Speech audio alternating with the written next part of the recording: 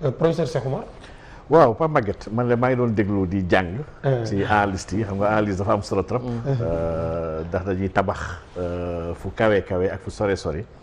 bon man nag dama nekk ci diggante Mame Birame ak Siré par rapport ak seen analyse man dama bokk si ñu gëm ni en 2012 Abdoulaye Wade ak Macky Sall réeroowuñu woon. loolu nga gëm. loolu laa gëm te loolu dama si am ay firnde yu bëri yoo xam ne moom ma ko jàngal. Abdoulaye ak Macky Sall réeroowuñu woon. waaye nag am na leen li nga xam ne nattu la te dal na Abdoulaye Wade mooy dafa séq ak kenn ki nga xam ne muy Macky Sall amul parole du nitu parole te du nitu valeur soo diggaalanteeg moom mën na laa war donc man gëm naa ni li ñu tëggoon ak li ñu bëggoon dëgg-dëgg Macky dafa war Abdoulaye Wade ndax Abdoulaye Wade wax yi am yëpp après sax ginnaaw 2012 ak yëpp wax yu mu wax Macky dëmm laak yi mu wax yu bëri daal da nga xam ne kii mer na dëgg lii du ko nekkatul complot bi maanaam lii moom am na kenn ki nga xam ne war dootu leen ñaar ñoo bokk équipe waaye li tax ma gëm ni réeroo amatul woon ba 2019 en 2019 ba Abdoulaye Wade neutré ci élection yi dafa faral Macky Sall ndax Abdoulaye Wade su jëloon position en 2019 par rapport ak ñoom Sonko ak ñeneen ñëpp élection bi naroon na demee neneen lu mooy 56%. ndax Abdoulaye a un poids extraordinaire bi nga xam ne ñu bëri ci ay nitam ils se sont abstenus voté wuñu te seen ñàkk voté moo tax premier tour Macky Sall gagné ko suñ demoon voté élection naam beneen revers te xam nañ taarixu politique u Afrique fii képp ku dem deuxième tour dañ lay gagné ndax ñëppay àndoo sot daaneel la donc kon man jàpp naa ne en 2019 fekk na réeroo yu amoon diggante Wade ak Macky fekk jeex na ñaar juboo nañu léegi nag juboo nañ ci ban circonstance ci ban contexte ak ci ban plan sama sëriñ mu ngi wax léegi ne protocole Conakry amul wax dëgg yàlla man dama gëm dafa am nag je ne dis pas que ñëpp ñu wax protocole yoo nekk si ay élucubration non on n'est pas dans la substance ndax fekkee ñu fa waxtaanee xamuñu ko on relate pas ñu fa waxtaanee waaye il y a eu bel et bien des délégations dépêchées depuis la France ñëw ba Conakry et des voyages se sont faits du Sénégal et de la France tase Conakry waxtaan xaw ma lu ñu fa waxtaanee waaye gis naa ne quelqu'un ñëw na neutre na et il a basculé sur le camp de Macky Sall loolu moom vraiment c'est un fait bi nga xam ne kenn mënu koo dàq. léegi nag li tax ma ne dama nekk entre Serigne Siré ak Mame Birame man jàpp ma ni tuddee Abdoulaye Wade stade lu bon la wax dëgg yàlla gis naa ñu bëri sax doon mer noo Abdoulaye Wade du footballeur lañu ko doon tuddee Bouba Diop xam nañu ko doon tuddee génération 2002 boobu nekk on a écrit nulle part que footballeur la ñu tuddee stade la preuve sax stade bi fi nekk yëpp du ñooy footballeur suñu nee stade Lat Dior mosul football et cetera donc stade ak lu mu mënti doon dañ koy tuddee kenn rek pour màggal ko waaye ba Macky Sall bëggee tuddee aéroport ba Abdoulaye Wade Abdoulaye dafa dem day porter plainte bi mu ko tuddee mu bañ donc su demee ay at dem pourtant stade bi aéroport mu gën a màgg dayo aéroport mu gën a important dans un pays donc mais mu bañ ne mere ci Macky Sall sax ba wax ci waxu porter plainte ak police donc su Abdoulaye Wade nangoo stade bi dafay tax ñu jàppoon ni juboo am na déggoo am na dafay commencer légitime man nag Pape Maguette dama gëm ne on a dañoo toroxal Karim lu ëpp lu ñu ko waroon toroxal man dama jàpp ni au début victimiser Karim kese la pour jox ko benn capital de sympathie parce que nag Sénégal tamit ñëpp ñuy acteurs politiques xam nañ nous sommes un peuple très émotif fii émotion daf fiy dox fii gars yi dañuy sotle maanaam soo leen xasee ba merloo rek ñoom mën la sotleel même bu ñu la bëggul donc lii suñu homme politique yi xam nañ ko te dañuy jouer ci fibre boobu te nag benn affaire am na Macky Sall mii tey nekk jiitu réew mi il préfère benn Karim Wade wuutu ko wala boog benn Khalifa Sall wuutu ko que benn Sonko di ko wuutu ndax am nañ ñoom benn équipe bu ñu bokk bi nga xam ne équipe boobu ma ñoom laa tudd rek équipe France mooy équipe continuer le statu quo par rapport ak domination bu ñu teg ak surtout dépendance bi nga xam ne ñu koo tabax bañ ñu déterminé wu bañ ñu recouvrer suñu souveraineté donc souveraineté boobu nag aujourd'hui Macky Sall ak tooxi duna yu mu def ci dëkk bi ndax bu ñu fàttali Macky Sall aujourd'hui la war a gën a tiit ëllëgam ka ba muy doog a ñëw au pouvoir Macky instant yi la gabegie mal gouvernance bi détournement bi sàcc àllu mbooloo gi caaxaane sénégalais yi yëfu maa tey gi fitnaal gi toroxal gi maanaam Macky dafa def lu bëri li nga xam ne même bu defee ay appel sympathique dem si stade bi xaw a tël-tël lu benn balak xaw a wax ay première dame pour gars yi tàccu taxul mook sénégalais yi c'est un désamour actuellement encore que léegi si mu ngi wax waxu stade bi su demoon dina ñaaw ñu yuuxoo ko mais Macky dafa jël les devant dafa loué ay xale Macky dafa loué ay xale xam nga dafa dara gënul ñaaw Pape Maguette jour ouvrable mardi dëkk yu sérieux yëpp xale yi wala nen di liggéey wala di jàngi nga mobiliser ay junney xale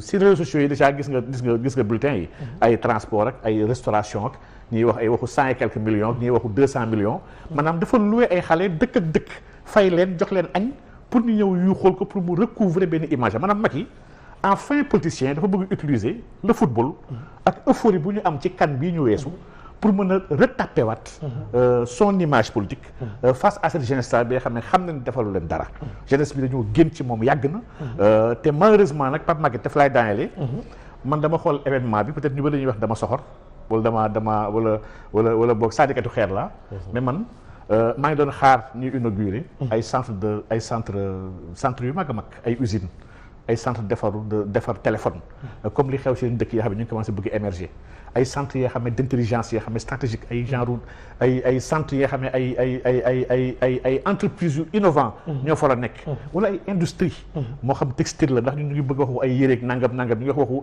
transformation structurelle de l'économie avec le PSE maa ngi doon xaar ay unités de fabrication et de production yoo xam ne yooyu la Macky Sall waroon woo xale yi ñëpp kontaan tàcc ko waaye Macky ay arène ay terrain football stade maanaam ay yu ñàkk fayda kese la Macky di ñu woo di mobiliser askan bi yëpp nga xam ne kii liggéeyul te liggéeyul ñu wax dëgg yàlla Pape Maguette man dama am jàqare ci loolu stade bi peut-être jotaay bi mayuñu ko waaye stade bi place mi néew na 50 000 places la am ay article génn nañ di wane stade ñu tabax feneen moo xam Maroc la moo xam Côte d'Ivoire la moo xam feneen boo ko sa Maroc bi rek 93 000 places la li ñu ko tabaxee 2,08 milliards de dirham la maanaam gën na néew fuuf ñun li ñuy wax ne moom ñu dugal suñu stade bi Pape Maguette maanaam ñun dafa mel ni lépp luy investissement bu état Sénégal di def sous Macky Sall dañ koy surfacturer gonfler ko ba pare def ko si du ñàkk fayda yoo xam ne jëluñu askan bi maanaam dafay wane rek ñii dañ ñoo yeb dañoo joxul cër Pape Maguette donc man nag wax dëgg yàlla xaaruma woon dara ci mbir mi man xam naa ni ñii xuloowuñu man di wàcc wax laa gëm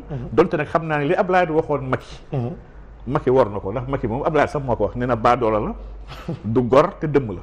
Macky moom ëpp naa waxaat baal ma dem ci wàcc. ëpp naa waxaat ca la ko mbay pex doon jéem a kii bisimilah doon jéem a noppiloo. xam nga kii. docteur Cheikh Dieng lu mu wax sama livre bi am na benn paragraphe boo xamante ni maa ngi ko tuddee les 4P. les 4P oui. waaw maanaam.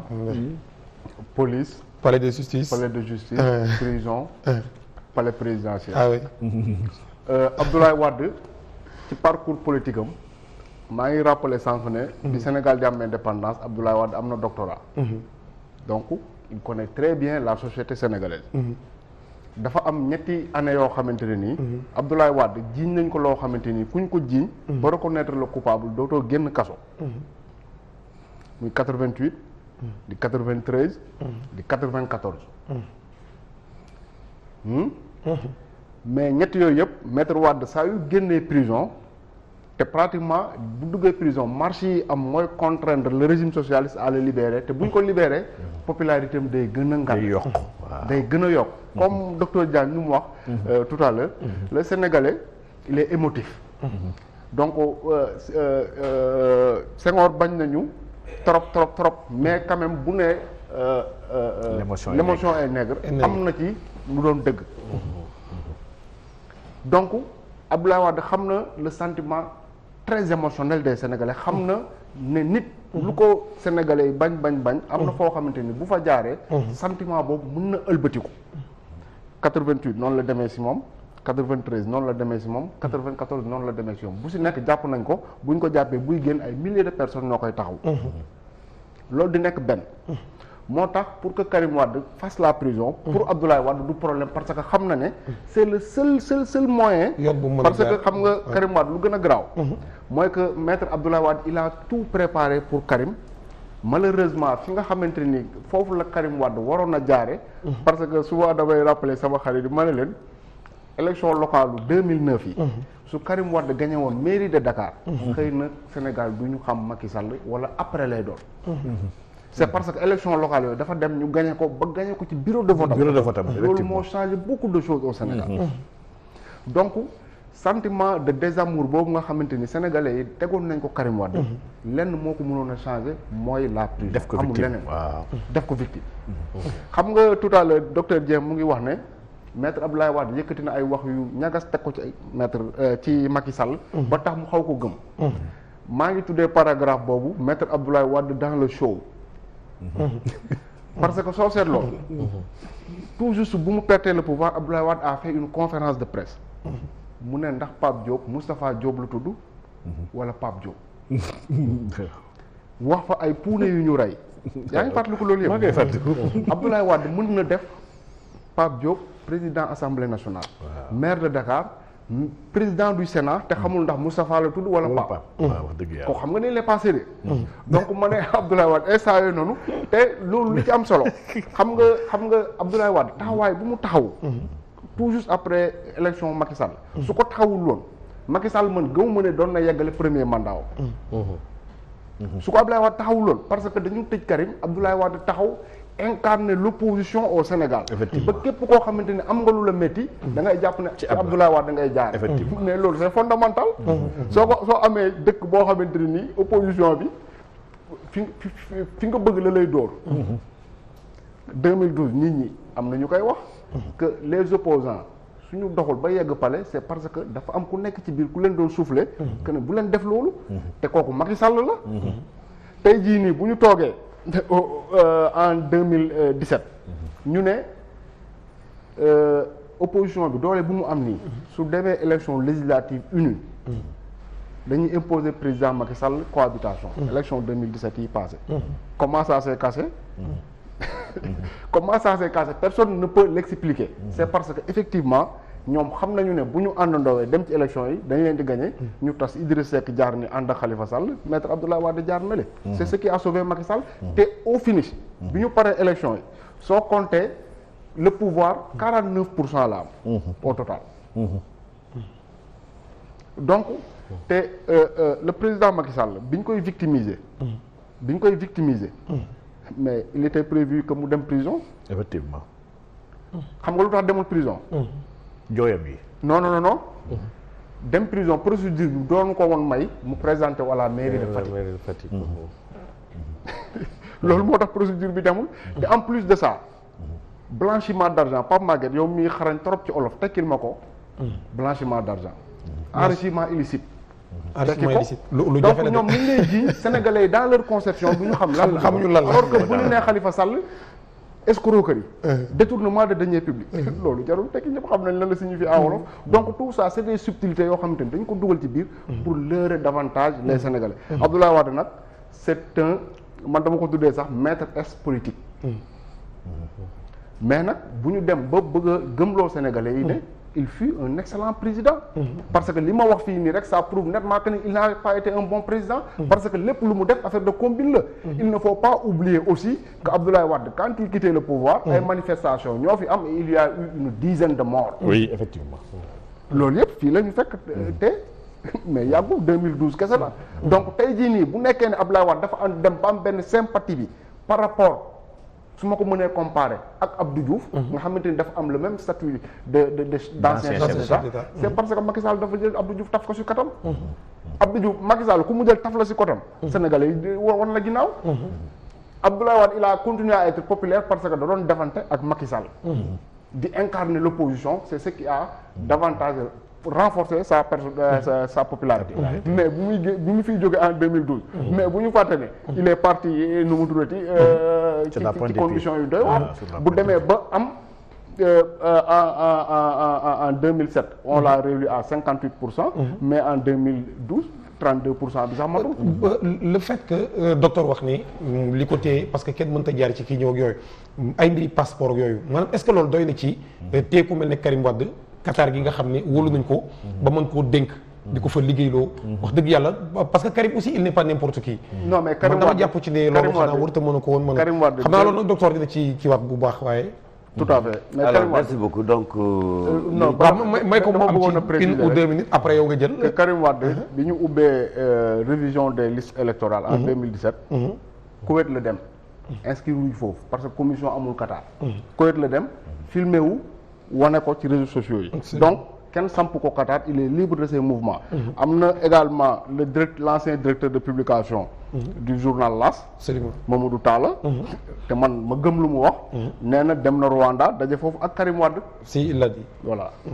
il l'a dit docteur. voilà boobu information ma gêné waxtaan naa ci ak Karim Wade personnellement daf ko démentir.